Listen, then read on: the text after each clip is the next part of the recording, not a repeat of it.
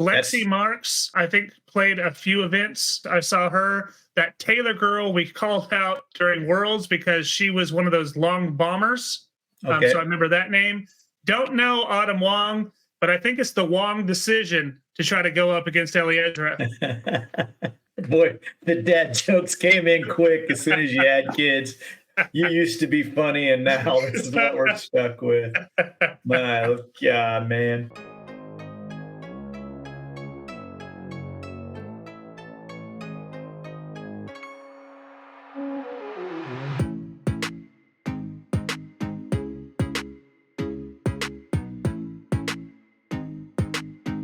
Yo, what's happening?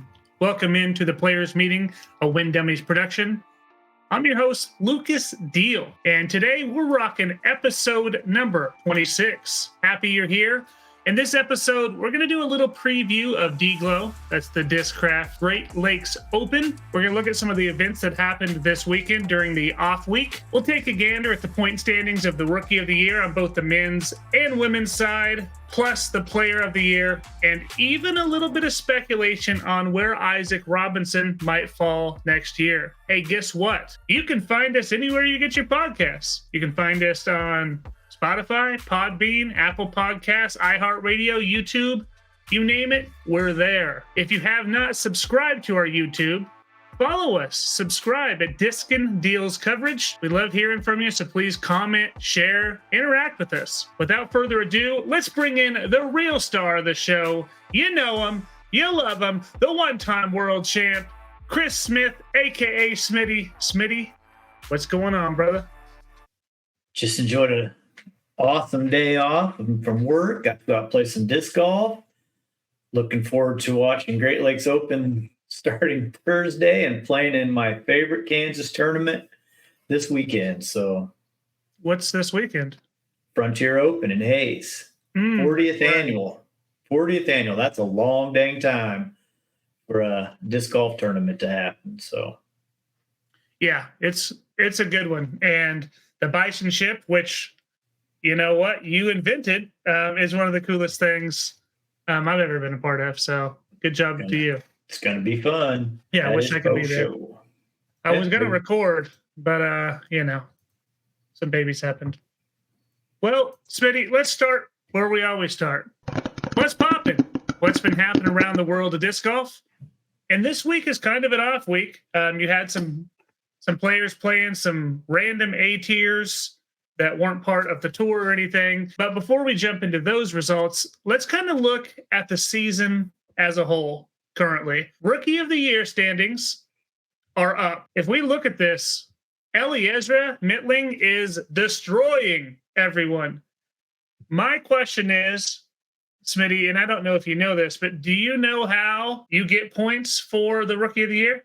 I do. It's all based on your play at PDJ events. A tier and above. A tier's top three ladies score some points, and then it obviously moves up to Elite Series and Majors, and those are worth more points based on how you play. So Eliezra's got this in the bag if it's just a points-based thing, because she's on tour. No way these chicks are catching her, even though she's injured and may be done for a while. But have you heard of any of those other three? I've seen Jennifer Smiley, I think, just because it's seen that name. Lexi Marks, I think, played a few events. I saw her. That Taylor girl we called out during Worlds because she was one of those long bombers. So I remember that name. Don't know Autumn Wong, but I think it's the Wong decision to try to go up against Eliezra. Boy, the dad jokes came in quick as soon as you had kids. You used to be funny, and now this is what we're stuck with. My God, man. But no, I mean, out of this list of what we got here, 6 ladies, Eliezra's the class of the field and obviously fitting Rookie of the Year. I think if it's just all points based, or if it's any anything where it's fan vote or pick or anything like that, she's still the clear favorite by far. Yeah, I was surprised because I think during our interview or whatever with Emily, I had mentioned that she's going to get Rookie of the Year, but I guess she's not eligible. She was an Open last year. Is that right? Yeah. Well, PDJ wise, I don't know. Maybe she didn't play any disc golf pro tour events because who was it? It was a Juliana, won Rookie of the Year after she had won 5 world titles. She won the Pro Tour Rookie of the Year, however many she has, but just because it was her first year on the Pro Tour since its existence. But I got a list of gals who have won this award in the past, and there's some pretty cool names on here. 2021, Ella Hansen. 2020, Kat Murch. Morgan Linz won it last year. Some other names that you've probably heard. Katrina Allen in 2011. Paige Pierce in 2010. So pretty cool. Des Redding in 2001. So surely Juliana's on here. Val Jenkins in 2004. Eliezer's right in that talent level where she could do the same thing as any of these other gals, basically, except, I mean, Katrina and Kat Allen are probably outliers since they've got a couple world titles to their name. So, yeah. But all the rest of them, Eliezer competes with right now. Yeah. Well, let's look on the men's side of things. Yeah. This is a tight race, though. But I know the name Corbin. I think he's an Oklahoma guy, right? Yes, he is. I mean, dude, it's the same points schedule based on your play at these events. And I think Corbin has played multiple disc golf pro tour events and has 15 points.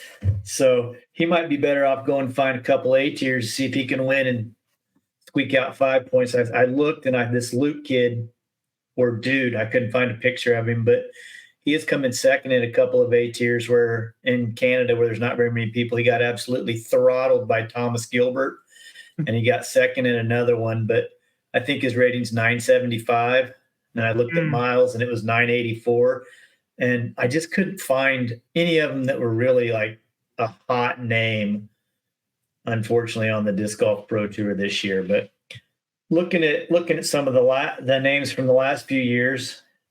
Paul Kranz won last year. Yeah, he was one of my early season picks for players to watch. I saw him on some coverage this weekend. Robert Burridge, a dude named Gannon Burr. Guess he's good. Kyle Klein, Luke Humphreys, Mason Ford. So there's some names on this list that just in the last 5 years have dudes that are showing up week in and week out to mix it up. Let's see where we can find Ricky. He's got to be on here. Ricky in 2011 and Paul in 2008. It's crazy, though, in this day and age, usually we'll know a few names, especially on the men's side, because there's so much coverage of everything anymore. But I don't really know any of those dudes. Besides Corbin, just because he's somewhat localish to Kansas, I don't know any of those guys. I don't know if these dudes are going to have that same type of career as some of those other Rookie of the Years on that list. Yeah, it's hard to tell. Men's disc golf is in an incredible place right now and only getting harder. A lot of the guys that are winning these events now are just kids themselves. Yeah, I wonder what the criteria is, because there's quite a few players, young players, playing on some of those Pro Tour events. And I'm surprised I don't see any of their names. They've all played pro before. This is just PDGA. Gotcha. So, I mean, somebody like Josiah Davenport, who will probably play pro events next year, could show up on something like this, but very little chance he's going to probably win on a Disc Golf Pro Tour. That kid could go to regional A tiers and mix it up and score points for sure. Yeah. So let's look at somebody. Let's look at this Gomez dude. Okay. See what he's done. See where he's from. That might be interesting. Been a PDJ member since 2019. Has played 12 pro events this year. Let's look at last year, see how he did in amateur. Oh, he played some pro last year and even accepted cash twice. See, that's where I just don't quite understand. Yeah. What about 2 years ago? 2 years ago, he played one event, but he should have had a pro card if he accepted last year too. Yeah. He accepted in late October. So maybe there's a cutoff date there. Yeah. Looks like he turned down cash a lot until October, but let's see what he's done this year. if that's where he's getting his points. He has played 4 A tiers, which is pretty awesome. He won one of them. Where's he from? California. He won the St. Patrick's Classic. He beat, some names that you've probably heard. Jeff Faze. He was in the mix at Masters Worlds. Josh Anton, name you've heard. So he's beat some people for sure. He also got 4th at an A tier, and then, that's it. He's played four events, 4 that are A tier and above. So it's very, very interesting though, and so I guess we'll track it just to see. It is kind of fun to see some of these kids coming up. Kid played MJ15 in 2019, so he's under 20 now. Okay. Yep. All right. Well, let's look at some of the actual players on the tour and see what they're doing.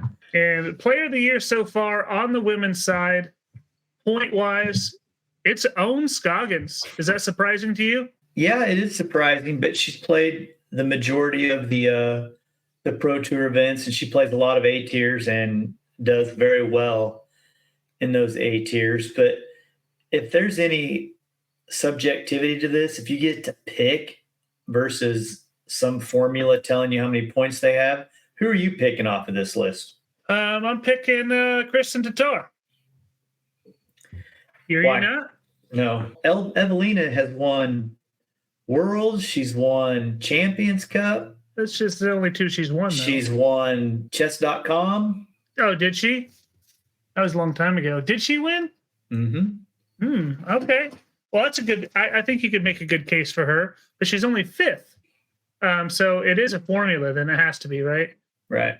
Owen plays all of the events. She doesn't miss them, and she does well. Yeah, there's the same thing. A tier and above, 15 for winning, 10 for second, 5 for an A tier.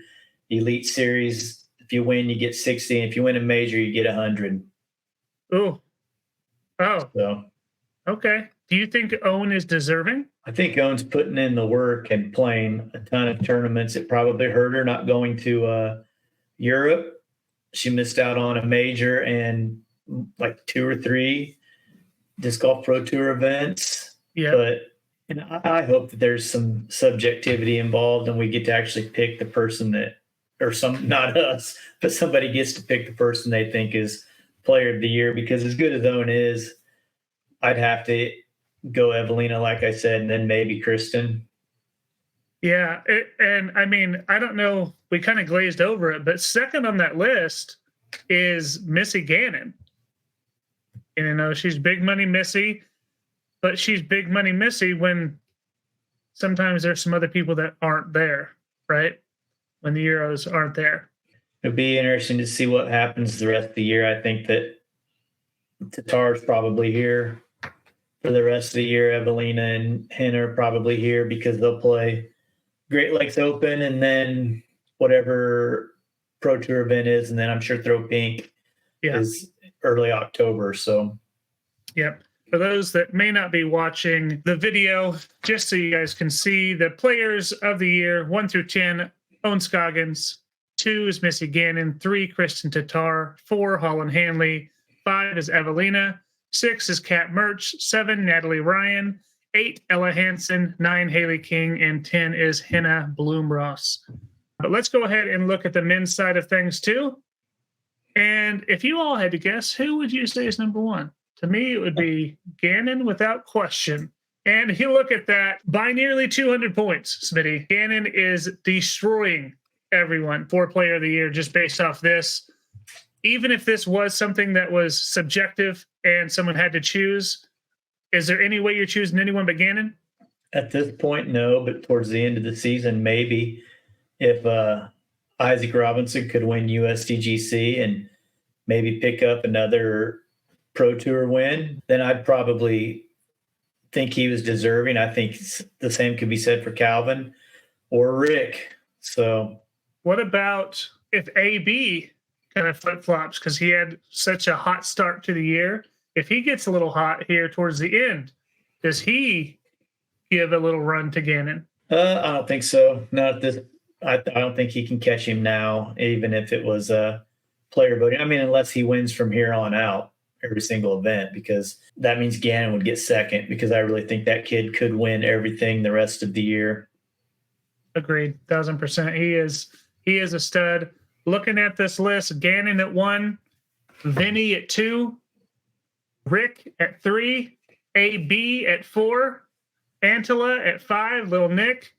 Number 6, Ezra Robinson. Number 7, his brother Issac Robinson. And we know Ezra in general has had a better year than Issac has, but Isaac's big win last week definitely helped move him up in the right direction. Number 8, Chris Dickerson. 9, Matty O.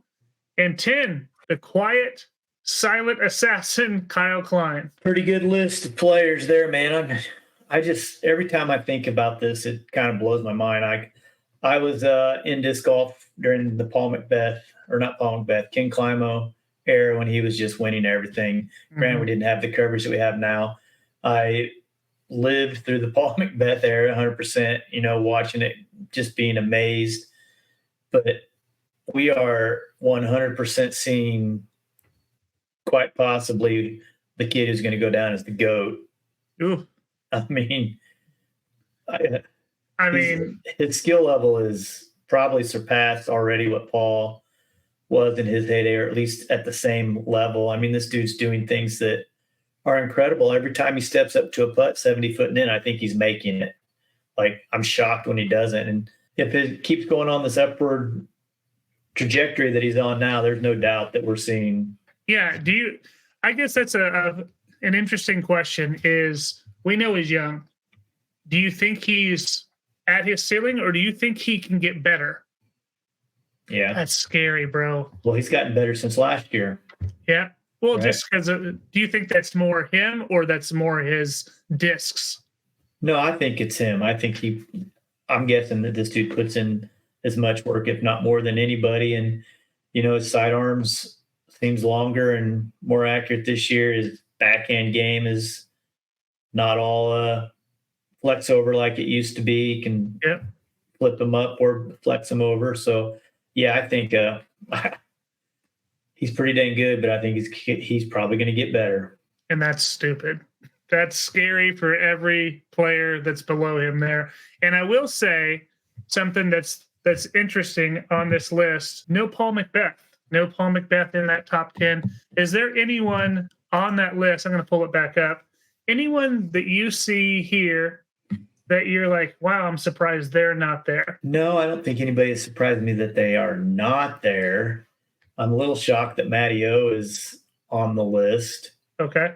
I mean, he's one of those dudes that's always in it, but I don't think that he's been in the mix a lot this year. But yeah, I would have guessed Kyle Klein was above him. I agree.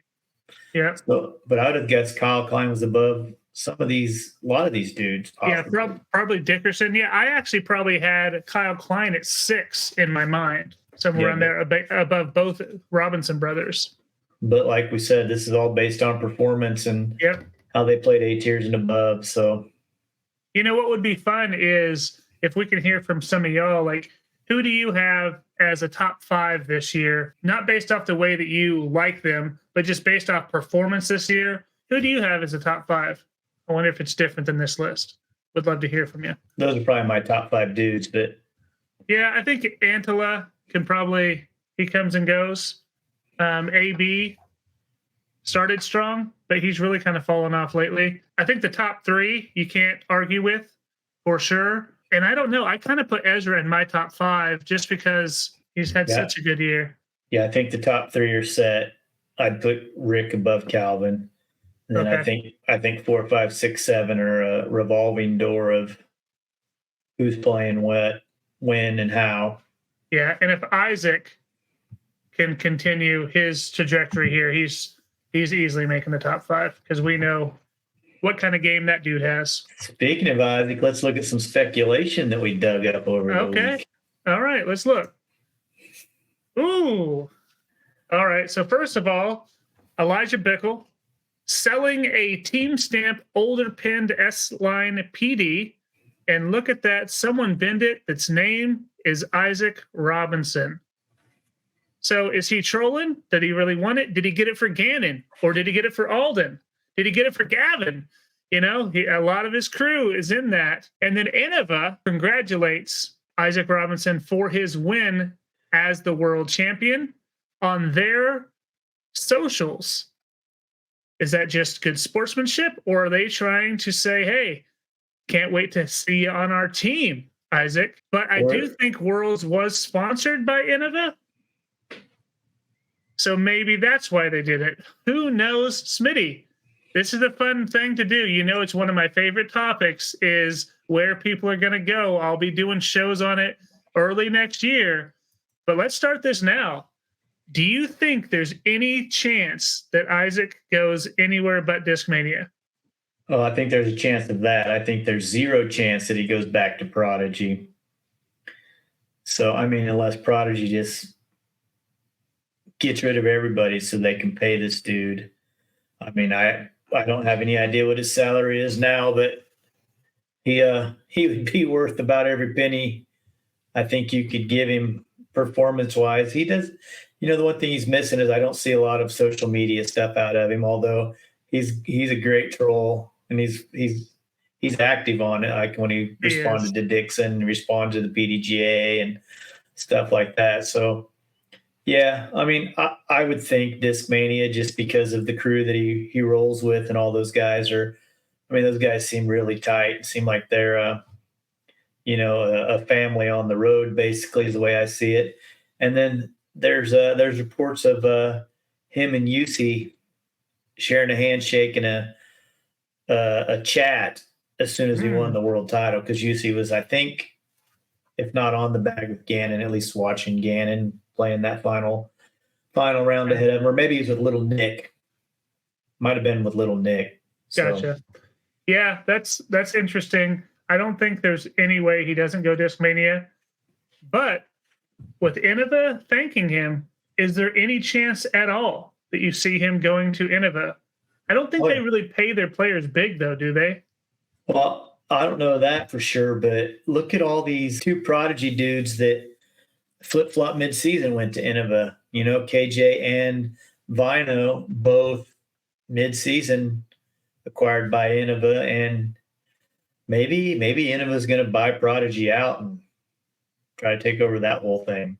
Oh, okay. That's a fun one to think about. Yeah, I don't think there's any way he goes Prodigy, and I do believe he's going Discmania just because of his Disc family, man. Those guys are so tight. Did you see they went and played a local league while they were going on their way to Michigan? Mm-hmm. I saw some pictures of some 35-year-old man or something that says he gets last at every tournament, doesn't care, has a blast. Yeah. Taking pictures with them all. Yeah. And I guess he sat down at a restaurant with them. Thought that was kind of cool. They, of course, knocked the socks off all the locals there as they came through town. But that's kind of cool. Good way to ruin league, though. For those guys that go to league, like, hey, this is how I make my payday. And then these guys come and ruin everything. I think they were all right with it. Let's look at some of these events that we had throughout this weekend. You know, some of those non-DGPT events. What did we get into this weekend? Well, there was an event in Michigan. There was an event down the road, the CCR, which had lots of players off of the Pro Tour. And this dude right here, GT Hancock, took it down. And he's had a really good year, man. If you look at his stats, he won a qualifier in Texas. He got second to Drew after tying him in Kansas City. Mm-hmm. And yeah, he's done really well at the qualifiers and some A tiers, showing once again how good the guys at the Disc Golf Pro Tour level really are. Because I don't know that he's been in the running there yet, but he's a good player. I mean, he's averaging 60th place on the Pro Tour, and this guy's a phenomenal disc golfer. It's just crazy, especially with what he shot this weekend. I think he shot extremely high. I didn't see the rating, but I think it was pretty up there. His second round, I watched the coverage of that. this morning. I think he shot 15 of 18 Yeah. on a really crazy wooded course. Yeah. So super duper impressive. And so congratulations to him. Was there some women on the women's side too? They kept doing flashbacks to Own on Gatekeeper and Heiser Media. And I think it came down to Own and Tatar in the last round, and Own actually beat Tatar by just a couple. I thought it was close. I know she took a bogey on the last hole and still won. Yeah, you're right. So looking at this, so Own got Kristen by 2 strokes. So again, Own hangs, man. Cadence Burge and Chantel Miss Frisbees, if you ever saw her. Cadence even took the ace final round on 17. Flip that over to the men's. Let's see some of the dudes that were playing. Jesse Niemanen, Connor Rock. There's Luke Taylor again. Joel Freeman, Chandler Kramer, Emerson Keith. God damn, Joel Freeman. he took a 3rd place for you. Yeah, let's see what that rating was for G. Yeah, 1073 on that 15 under round. Pretty crazy. Awesome. Yeah. It was awesome. Yeah, so lots of good dudes there. Yeah. So big win. And then there's another tournament as well, right? Yeah, he might be a good sleeper pick. Ooh. I already have my picks, so I don't know if you're trying to sway me into making a bad pick or if I don't know what you're doing. I never know. I'm quite scared. Should be. Colorado State. Who's that guy?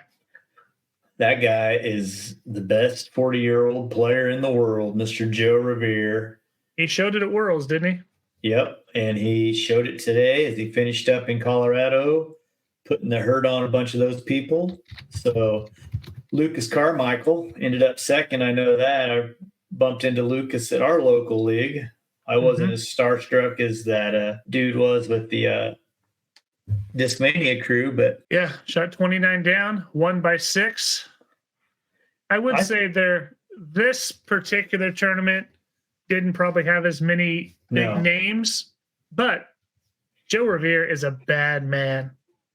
He is a bad man. And the next 3 best players in Colorado are all in Michigan, I'm sure. Eagle, Aaron Gossage, Joel Freeman are all there. I think it's cool how many of these, how many states had state championship tournaments this weekend. Some of them are A tiers, some of them are B tiers. There was multiple. I think that's really cool. Awesome job for Joe. Killer. And hey, we got the Great Lakes Open coming up. DGLO, Discraft, Great Lakes Open. I'm excited for this one because this is another one where they keep everything the same. It's something I'm familiar with. It makes my picks, I think, a little bit easier too. I think it's a lot more fun when it's the same and when we know what to expect and we know what hole 1 looks like and we know how hard hole 2 is and we see people struggle with it. I did watch a practice round today. It looks like some of the OB might be tightened up a little bit, which I think they have to do just because these guys are so dang good.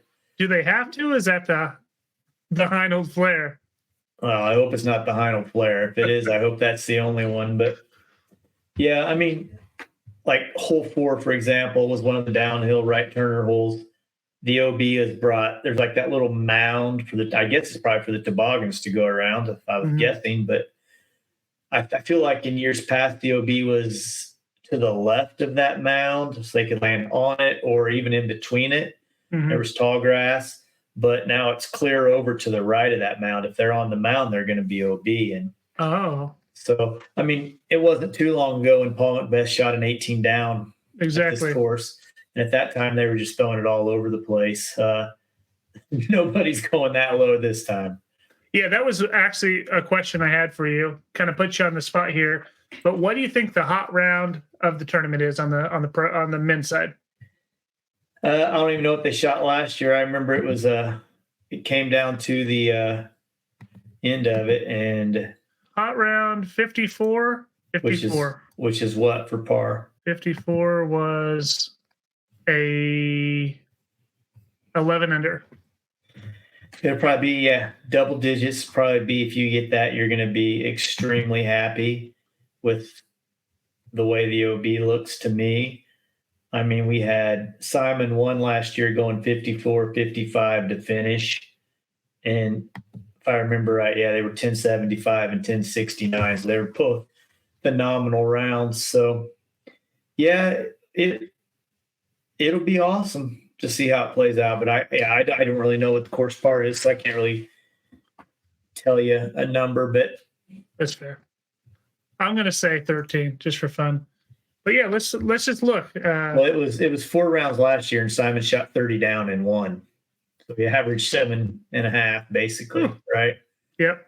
So, well, we know this is a DGPT Plus event, so that means it's a 4-rounder starting on Thursday. As you just mentioned, Simon won last year.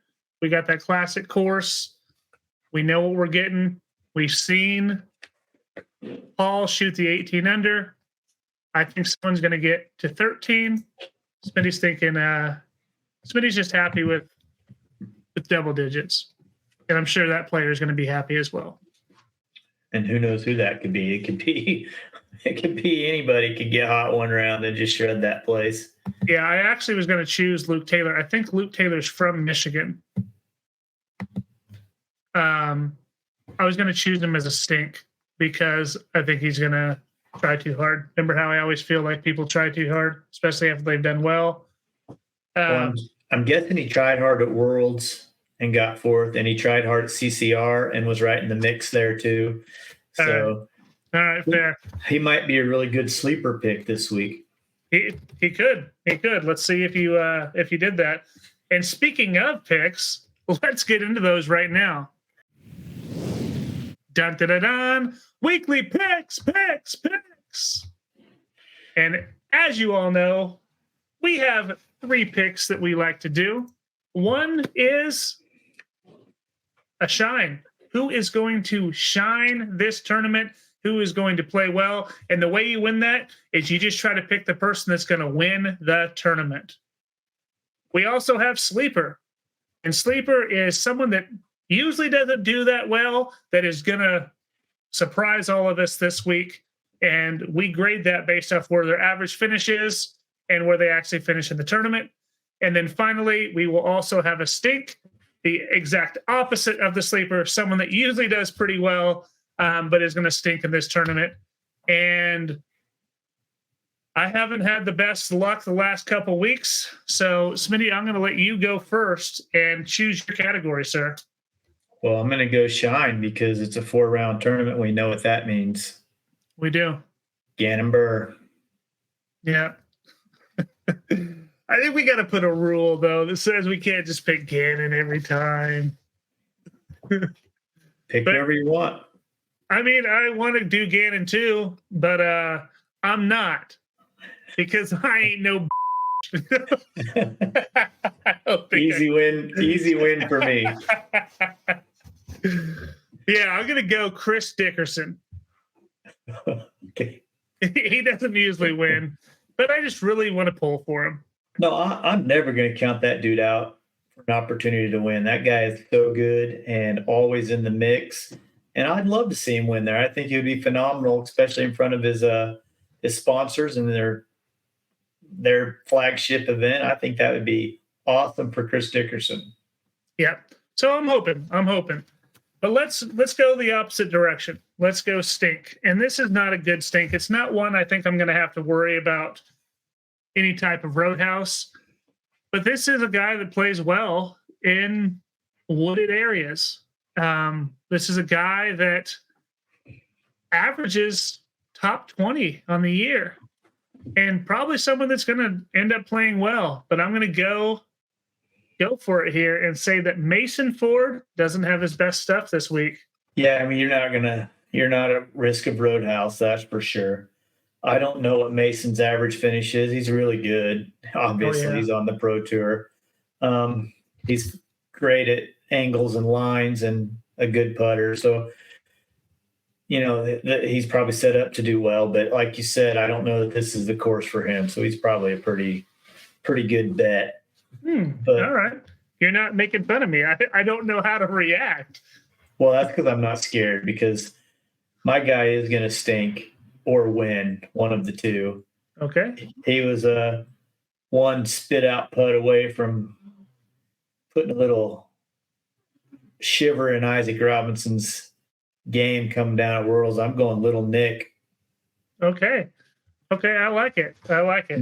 Mainly because I think Little Nick has a high finish score. I think he's probably averaging in the top 15 or 20 or 12 to 15 range. Really good. And I just think this is going to be a tough course for him. Okay. Yeah.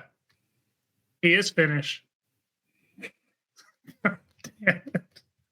I don't even know what the hell I'm saying half the time. All right. Smitty, why don't you start us off with the sleeper? I bet we might have the same one here, if you're smart. Better not. I hope not. This is a guy that kind of showed me at Worlds that he's back. Eagle McMahon. He's had success here before. He can throw the dang thing a mile. He can putt like as good as anybody other than Gamber. But yeah, Eagle. And he plays this track really well too. So that's a good pick. I honestly was this close to taking him, but then I didn't want to hear you saying, "Oh, here we go. You picked him as a stink last week." I have no idea who anybody picked last week, so you would have been safe. Well, this week, I'm going with someone else that plays this course extremely well and someone that hasn't really played all that well this year. And we know that man is Corey Ellis.